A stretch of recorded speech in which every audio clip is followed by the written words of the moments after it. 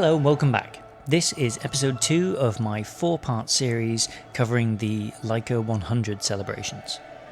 I was invited to Wetzlar at the end of June to join in the festivities and celebrate 100 years of continuous camera manufacture by Leica. In total, there are going to be 4 25-minute episodes, 100 minutes for 100 years. If you've not listened to last week, then you missed my conversation with Dr. Andreas Kaufmann, the chairman of Leica, as well as the beginning of my conversation with Mark Shippard, Leica's head of design. You can go back and find that episode in your podcast feed or pick it up on the website. This week, we'll start by rejoining the conversation with Mark and then joining my conversation with Ines Fayed, the editor-in-chief of the LFI magazine. So, let's get started. Here is the end of my chat with Mark Shippard, Leica's head of design. In previous lives, I was a project manager with design team people specifically. And so I have an armchair interest in this sort of thing. And you're right, that thing with a team, that a team can become really proficient at a specific thing. And then that's a problem because they're really good at it, but sooner or later they will be sick of it. Yeah, and I've seen this happen in other companies as you have, and what happens is a certain stagnation, a kind of apathy, or maybe that's not the right word, where maybe the heart's not in it anymore. Yeah, things will get farmed out to agencies. They just start design managing rather than design doing. We're very clearly a team of design doers. Yes, I'd say over 90% of the design work we're doing in-house in this team, and for only very specific things we're involving, let's say, external consultants to help us out with something that's, let's say, out of the normal scope. Yeah, and you presumably don't want that team to get too big then, because no, it's now really, I think, at a very, I'd call it, sustainable level. Having said that, we're overall a relatively small company. Like I think we're a small company with a very big brand, if you like, and our product portfolio is quite extensive. We're handling a lot of projects in this team, but that keeps it dynamic and fun. Yeah, well, you definitely feel, I mean, obviously I'm at the mothership right now, but you definitely feel like you command the space you occupy, as opposed to some companies that maybe don't as much. You know, it can be hard sometimes. The day job I've just left is in video games. And so you see this, I would say you're analogous to someone like a Nintendo, as opposed to, say, a Microsoft, who are, I think Xbox struggles to find its identity. And I weep for that team when I see them say things like, now everything's an Xbox. Like, well, if everything's an Xbox, nothing's an Xbox. And I think that's something that you would understand as a company, that like not everything is a Leica camera, or not everything is an M, and that's a meaningful, and that means you will be smaller. Like we stood up this morning and celebrated 6 million cameras in 100 years. It's actually quite a small number of cameras in 100 Interesting, years. isn't it? Yeah. If you look at it like that, if you would compare us to the industry, which, by the way, I always tell our people, at least in the design team, never do. I think we in what we do, we don't have competitors. Yeah. But in that respect, in terms of units produced and sold over the years, I mean, the days when compact cameras, the small pocket compact cameras were big. Millions were produced. Yeah. In a year. Yeah. And it's basically what smartphone is today. So it's a pocket camera of people today, and they're also produced in crazy numbers. Yes. Yeah. Worldwide. Exactly. No, it's mad. Except I have seen one. I don't know if you've seen. There's a kind of social media TikTok trend at the moment for a sort of 5 or 6 year old point and shoot that is extremely popular, and I saw one dangling off someone's hip earlier today, and it's like they've succumbed to the G7. That's happened in the last couple of years, that this is sort of, they've made a comeback. People have dusted them off and hope that the battery's still going to hold a bit of charge. And I guess, surprisingly, a lot of them still working, and it's quite a it's interesting trend, if you like, that people also find that particular image quality of the time interesting. As opposed to something which is maybe too perfect these days, from quite often a snapshot even from a smartphone. It's a funny one with the compact cameras, but we still do quite well in that segment. Our little deluxe is keeps surprising even the people here. I think that the demand for it, and I think in the 8th generation now, the current design we did couple of years ago. I think it might have been released a year and a half back, and it's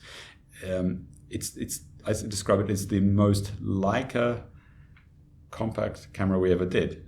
So we really sort of looked at and thought, okay, how do we actually bring more of what we're doing in our sort of other core product, Q and so forth, into this little guy, and it's highly appreciated. Yeah, no, it's a lovely little thing. I have a one camera rule, famously, to listeners of the podcast, so I don't allow myself anything other than my M, because I know that that's a dangerous road to go down.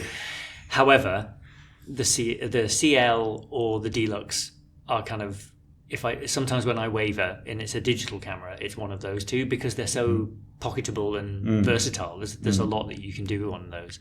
And then on the film side, it would be an M5, which Stefan very diplomatically said was like, it's not our prettiest camera. No, you would not be in a big group that takes this one as sort of let's say, I don't know if you describe it as a favorite of the M line. It's the one that stands out the most, because it is the odd one. Yeah, where things went a bit different, in terms of size and design and so forth. But not surprising that some people are attracted to that. It's interesting. I do like an underdog, so that's always a thing. But also, to me, it stands out from a design perspective because it's so bold. It's such a different direction from something that was very safe for a long time. Yeah. And I think that's probably a kind of an interesting question to ask you, because that's a very bold move that I think was rolled back fairly quickly, and we saw what came after. Yes, it was very much similar to what came before the exactly the M5. I think the market spoke to them, their customers spoke to them and said, "No, I'm okay with the one I've got, thanks." Until they revisited it, but you must want to make bold changes occasionally and things like that. But I guess that's what I spoke about in the beginning. Is this asset that we have with our heritage is so strong, but also one of our biggest challenges for a designer moving forward, because you do want to explore new ways and you do want to be progressive as a particularly as a younger designer in the team. I'm not speaking about myself anymore, but others in the team. They really want to give it a go and they want to make a statement, and they're conscious they're designing for Leica, for our customers. They're not designing for themselves, so we are designers, we're not artists, but nevertheless they push, and that's our job. And we're very aware that many of the product concepts, the designs we do may never see light of day, but that's fine. That's part of our job. It's in dialogue with other key stakeholders in the company. It's our job to visualize and to develop product ideas and concepts that they can be taken in the hand and understood, and then decide, is that the right thing for Leica at this point in time, or possibly not? Yeah. And whether that's a completely new product concept or just a different design approach, and even a detail might be discussed a lot. Yeah. That's where I think that I was talking to someone earlier about the ecosystem of it all, because I have a Sofort 2, but I have the original Sofort as well, which I love. Right. But the second one and my M, and use the Lux app. Not quite one camera then. Well, no, instant cameras don't count. Right. Instant cameras, I have carved out a thing for myself with like instant camera stroke Polaroids, but it's almost the most versatile camera in the lineup because none of the other ones print, and so it is a kind of joyous, playful thing, it's fun, as well as the more sort of functional thing. And I think it's when you see the ecosystem of things that's why I said they're in conversation with each other. Yeah. Because you have to be very fortunate to kind of have those multiple touch points for it all, and then it all actually makes sense in a lot of ways. If you have one in isolation, it almost doesn't tell you as much. Yeah, and I think the Sofort's a good example how we managed to do something new and different within the Leica portfolio, but it's still seen as a Leica or respected as a Leica. We're talking about a product which is a few hundred, the first one at least, a few €100, a very cheap Leica, also made out of plastic actually. But nevertheless, the back then there was maybe from some people the expectation, we'll just style it like a Leica, and this would have been completely the wrong thing to do. It's what others do, Others do sort of a retro styled instant camera thing, and I think it was a good strategy then, and following it up with the second generation, and it's now kind of established.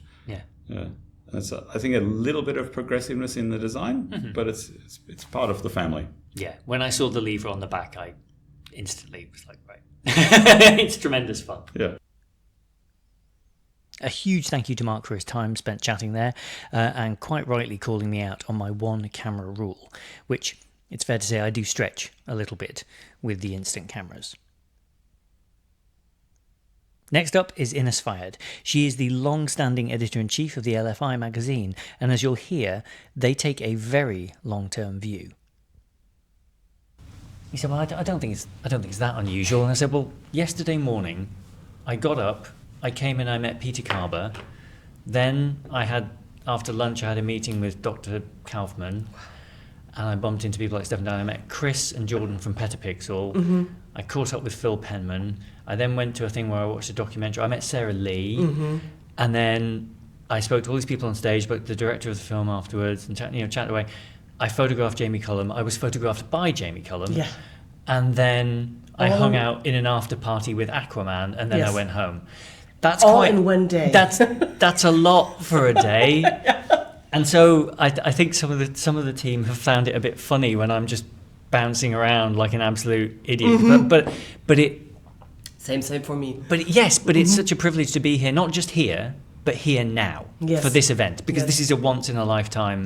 It is. There won't be another one of these. It's a century celebration. Yeah. We won't have that in the next 100 years. I'm pretty sure. Yeah. Well, put it this way: if there's a 200th celebration, I won't be here for it. No, I've probably checked. all of us will be gone. Yeah. Being here now, being here for this moment in Leica's history and in photography's history, because there's not many companies make it this far, and you clearly, it means a lot to you, right? So how do you reflect on being the steward of a magazine that kind of is documenting this incredible photography at this moment right now? Okay, well, I think I'm really extremely proud of being part of this journey, of being part of this celebration, of being part of this way to deal with photography, because I think it's a very special approach we have at Leica or at LFI magazine or in the museum, in the galleries, wherever we go. It's not only about the economics, about the cameras, about the technical stuff whatsoever. It's about photography, and we just had this nice conversation downstairs, and we again reassured ourselves that photography still today is very important, and maybe it's even more important than ever. Yeah. Because of all things technically going on, like AI and all that stuff. It's so powerful and it's so easy to use, but still, it's not real. It's not what we're really looking at, and maybe it might be more important to tell the stories with a photographic eye and with people who know how to deal with photographs, like curators, like journalists, like picture editors, and so on and so forth. And do you think, living through this moment now, something I asked Dr. Kaufman about a little bit as well, does this cause you to pause and reflect as a publication? Thinking about the magazine and thinking about it as a publication, are you taking now as a chance to maybe go, right, actually, I'd like to steer it in a slightly different direction? Or do you have a really clear North Star that isn't changing for the magazine? Well, I think it's always important to be awake and to see what's going on and to see where do we have to change things, where do we have to adapt things, because times are changing and we don't want to be stuck somewhere. But on the other hand, it's more like a reassuring that what we are doing is the right way. It's we always said a printed Leica magazine is important because people who are really interested in looking at photographs, imagery, they want to have the printed image because it makes a big difference. Of course, we see, and it changed the last, let's say, 20 years. It changed so immensely because of all the social media stuff, and everybody's going so quickly through everything and spending a fraction of a second for an image. And so if you the moment you open up a magazine, you take more time for it, even more if you open up a book. And even more if you go to a gallery or a museum.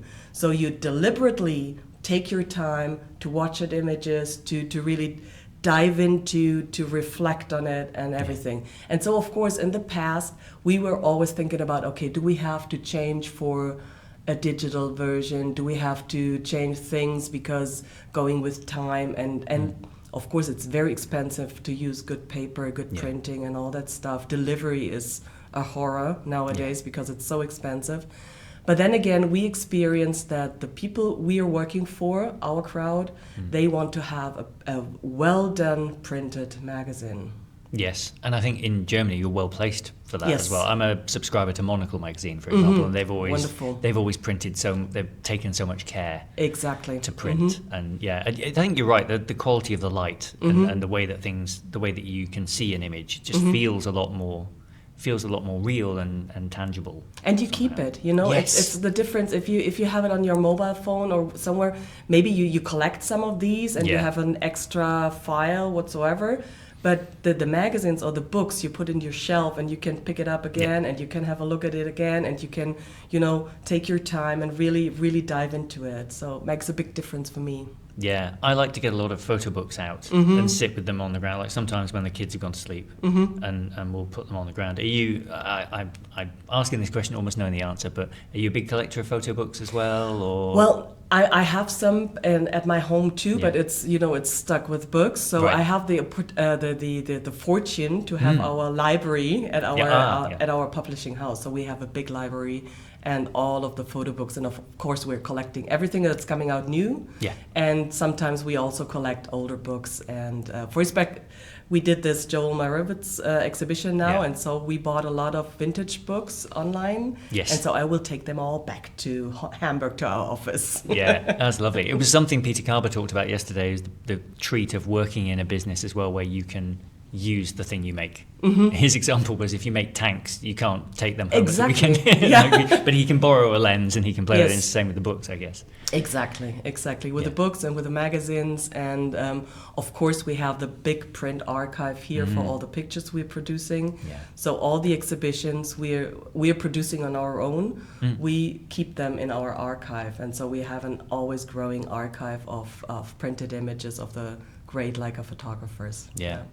Do you have a perspective on trying to bring people in? Because one of the things about Leica is the tenure. People are here for a long time and they stay. And it's very clear that a lot of people have been here for a long time and want to be here. But how do you think about bringing people in and nurturing that next generation and passing the flame on, as we were talking about last night? Passing that on to new people and getting them to see it. Yes, we have different ways to do this.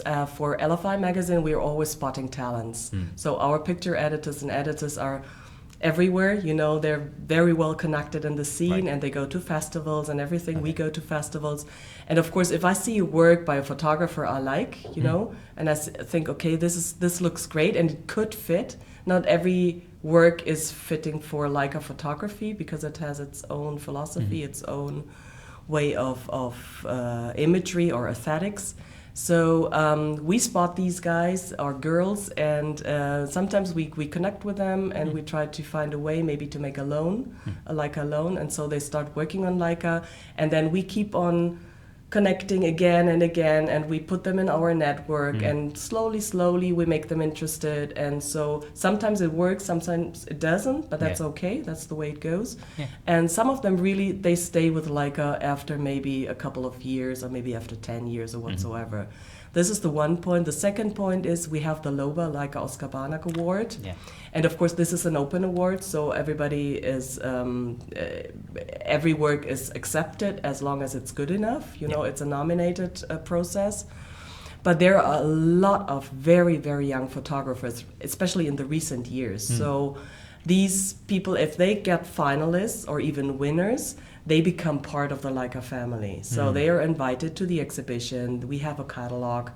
And the exhibition sometimes travels to festivals or galleries or whatsoever. And so they becoming part of the family, and some of them stay. So, and these are the younger people, Yeah. So this is a way to really open it up.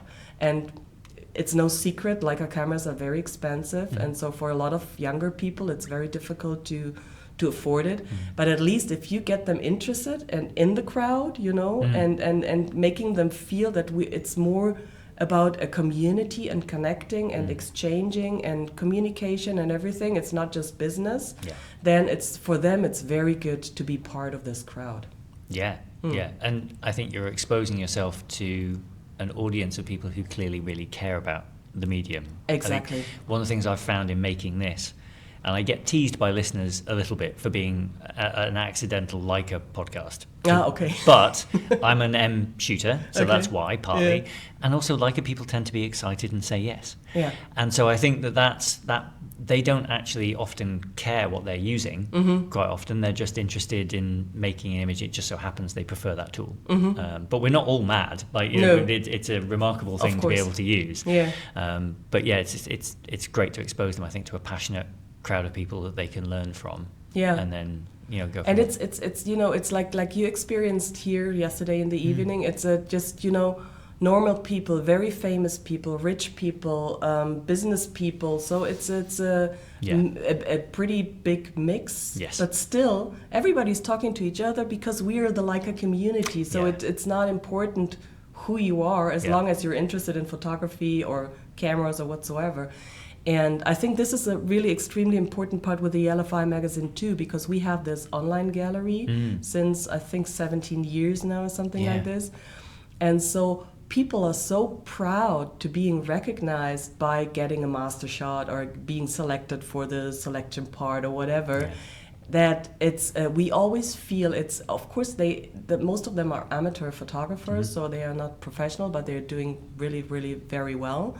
And there's so much into it, and it's important to be recognized. Somebody's telling you, yes, this is a good picture, well done. And this is, again, the community, you know? It's exchanging, talking with people, talking about our love for photography. Yeah, 2 of my images have been selected in the past. Both of my kids. Congratulations! It made my year. Like I was so excited. I have a little journal app that I use on my phone to look back on what happened. And the day that happened, I just wrote a journal entry with the screenshots. Perfect. Of it. And I was like, this is a big deal. Super. And it just because it felt amazing. That's what I'm talking about. Yes. Yeah. But then friends saw it as well, and they go, oh, that's great. That's congratulations. And again, you have, you know, you start talking about it. Yes. So then you talk, oh, this is my shot, and did I show you my shot? And what do you think? And da-da-da. And it's more like, you know, on social media, you usually get just a well done or super or whatever. Yeah. It's just, you know, it's like this and it's gone. And if you start this kind of conversation, you're really talking about images, and that's what we need. Yes, I think all of this work is in conversation with other work, which you must see, I guess, on your pages as well. When is it getting, because there's so much volume of photography now, there's so many images are made around us. Does that make your job as a curator of something, trying to sort of create a magazine that has maybe a theme running through it, or at least something that connects the different things? Does that make it easier or harder? Because I'd imagine the volume might make it more difficult to produce, because there's just so much you could choose from. Yeah, but I think it's because, you know, in the LFI magazine, for the 5 big portfolios we're doing in each issue, we're limited to like a photography, so that makes it a lot easier, you know. And then of course we have like, I don't know how many stories on our server, which we didn't use yet, because we always try to. It's a kind of a curational work as well when we do the magazine. We think sometimes we have stories we know, okay, there's there's a big exhibition somewhere, so we have to use this one for this issue because it's, you know, so. But mostly we think, like we start to think about, okay, we want to have a good reportage. We want to have a good, like, more street photography or portrait or art or whatsoever, and one classic. So that's the way we start, and then we try to make a good mix. To really have the whole broad vision of photography in there. And so sometimes it really goes quickly, and we choose quickly from this huge amount of images we receive. And sometimes a portfolio stays or a story stays for like 3 years or 4 years, and then suddenly it fits in, you know. Then it's a perfect mix. Yeah. And so of course it's a lot, and sometimes. To hear more from Ines, you'll have to tune in for week 3 next Wednesday. Thanks for listening to week 2. I hope you've enjoyed these conversations. I think it's fairly rare to get this kind of access to these sorts of people for this amount of time. If you're enjoying the episodes, please do share them with friends and let me know on socials. The more folks I can get on board, the more likely I am to get this kind of access to people again, and to be able to talk to them about all sorts of things. Thanks for listening, and we'll see you next time.